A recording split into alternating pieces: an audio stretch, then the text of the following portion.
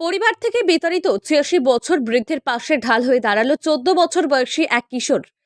প্রায় ৫ দিন ধরে পড়ে রয়েছে পৌর বাসস্ট্যান্ড বিশ্রামাগারে, নেই দেখার কেউ।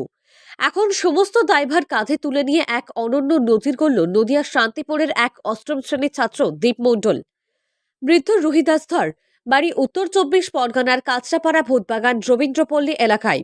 বাড়িতে রয়েছে ২ পুত্র সন্তান, সাথে তাদের স্ত্রী। বার্ধক্যজনিত কারণে এখন আগের মতো আর চলাফেরা করতে পারেন না তিনি। বিভিন্ন রোগের কারণে ঔষধের খরচা এখন অনেকটাই বেশি। মুখে দাঁত না থাকার কারণে শক্ত জিনিস চিবিয়ে খেতে পারেন না, তাই সবার থেকে আলাদা তার জন্য খাবারের ব্যবস্থা করতে হয়। আর এত রকম দায়িত্ব কোনো রকম ভাবেই আর বহন করতে চান না বৃদ্ধ রুহিদাসের ছেলেরা এবং পুত্রবধূরা, এমনই অভিযোগ তার। এই নিয়ে প্রায় সংসারে অশান্তি লেগে থাকতো তাদের। অবশেষে ছেলে এবং পুত্রবধূদের দায়িত্বমুক্ত করতে মানসিক অবসাদে ঘর ছাড়তে বাধ্য হন বৃদ্ধ। আপনি কোথা থেকে এসেছেন? কাঁচরাপাড়া। কে নামিয়ে দিয়ে গেছে?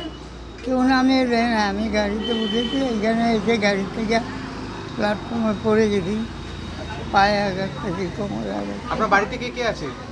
বাড়িতে ছেলে আছে, ছেলের বউ আছে। ছেলের বউ আপনাকে দেখাশোনা করে না? দেখাশোনা করে একটা বিলের বাড়িতে, ওই বার্ধক্য ভাতার থেকে। তা আপনি এখানে কতদিন ধরে আছেন?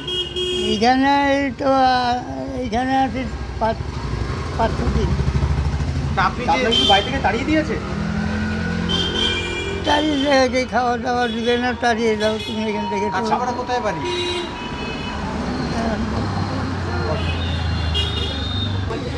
কেন বাড়ি থেকে তাড়িয়ে দিল কেন আপনাকে? অত কথা বলতে গেলে অনেক কিছু বলতে হয়। মানে খাবার দাবার দেয় না? খাবার দাবার না দেওয়ার মতন এই বার্ধক্য ভাতাটা পাই আমি ভাত খাইতে পারি না, ভাত খাইলে আমার অসুবিধা হয়। তা এখন আমি বলছি যে আমি রুটি টুটি খাবো, আটা রুটি হোক। আচ্ছা, এই নিয়ে অশান্তি? এই নিয়ে অশান্তি। আর একটা জিনিস হলে আমি পেঁয়াজ রসুন খাইতে পারি না। তাহলে আপনি কি ট্রেন ধরে একাই আসলেন নাকি আপনাকে ট্রেনে তুলে দেওয়া হয়েছে? একাই আমি। বাড়ি থেকে কাউকে কিছু না বলে অভিমানী হয়ে নিজের পরিচয়পত্র, আধার কার্ড এবং ভোটার কার্ড সহ বেরিয়ে আসেন তিনি। উঠে পড়েন শান্তিপুরগামী ট্রেনে। এরপর আশ্রয়স্থান এখন শান্তিপুর থানার মোড় নিকট পৌর বাসস্ট্যান্ড বিশ্রামাগারে। ৫ দিন আগে দীপ মণ্ডল খেলার ছলে ওই বিশ্রামাগারে গিয়ে দেখে বৃদ্ধ পড়ে রয়েছে। তখনই বৃদ্ধের প্রতি আর মায়া ত্যাগ করতে পারেনি কিশোর। সোজা ছুটে যান বাড়িতে। স্কুলের টিফিন খাওয়ার বাঁচানো পয়সা থেকে খাবার কিনে এবং মায়ের কাছ থেকে আবদার করে নিয়ে আসা খাবার এনে দেয় দিনে ২ বার, রাতে ১ বার। কিশোরের এই উদ্যোগ দেখে আশেপাশের অনেক দোকানদারেরা ওই বৃদ্ধকে খাবার দিতে থাকেন। কিন্তু আপন নাতি না থাকলেও ওই কিশোর এখন দীপকেই নাতির মতো মনে করছেন। বয়স্ক মানুষ এখানে এসছে, কদিন হয়েছে? ৫-৬ দিন হয়েছে। কি অবস্থায় এসেছিল? আমি দেখেছিলাম সকালবেলা আসিনি, রাতের দিকে দেখেছিলাম। রাতের দিকে দেখি এখানে আছে, তারপরের দিন থেকে খাবার দিচ্ছিলাম।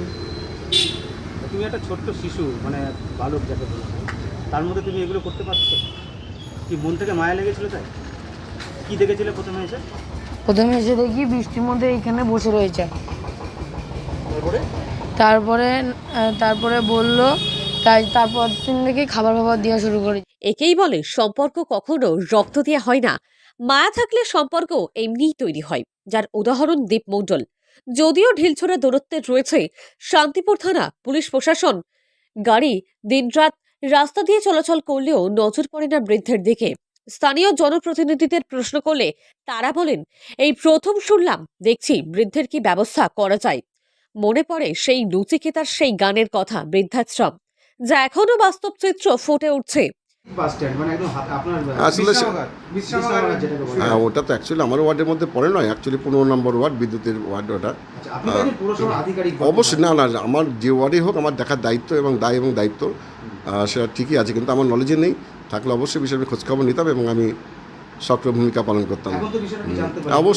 অবশ্যই আমি এক্ষুনি চেয়ারম্যানকে জানাবো এবং ওখান থেকে যদি আমাদের যে পৌরসভার আছে, আমাদের যে বৃদ্ধ নিবাস আছে, সেখানে যদি ব্যবস্থা করা যায় অতি সত্ত্বর আমি চেষ্টা করছি।